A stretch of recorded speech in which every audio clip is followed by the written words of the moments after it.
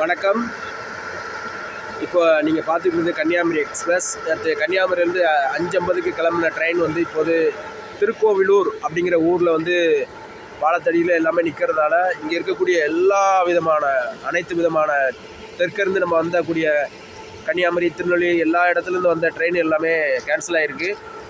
Cancel ஆனது மட்டும் இல்லாமல் சென்னை போக முடியாமல் திருக்கோவிலூர் அப்படிங்கிற ஊரில் தான் நிற்கிது. அதனால் போகக்கூடிய பயணிகள் எல்லாருமே திருக்கோவிலூர் அப்படிங்கிற இடத்துல நாங்கள் சேஃப்டியாக நிற்கிறோம். அதனால் கன்னியாகுமரியிலேருந்து வந்த பயணிகள் எல்லாருக்கும், சென்னை நோக்கி வந்த பயணிகள் எல்லாமே இன்றைக்கி 1 மணி நேரத்துக்கு மேலே 6 மணிக்கு தான் திருக்கோவிலூர் வந்துச்சு. திருக்கோவிலூரில் அந்த தொடர்ச்சியாக இப்போ வரைக்கும் 9 மணி வரைக்கும் இப்போ நிற்க தான் செய்யுது.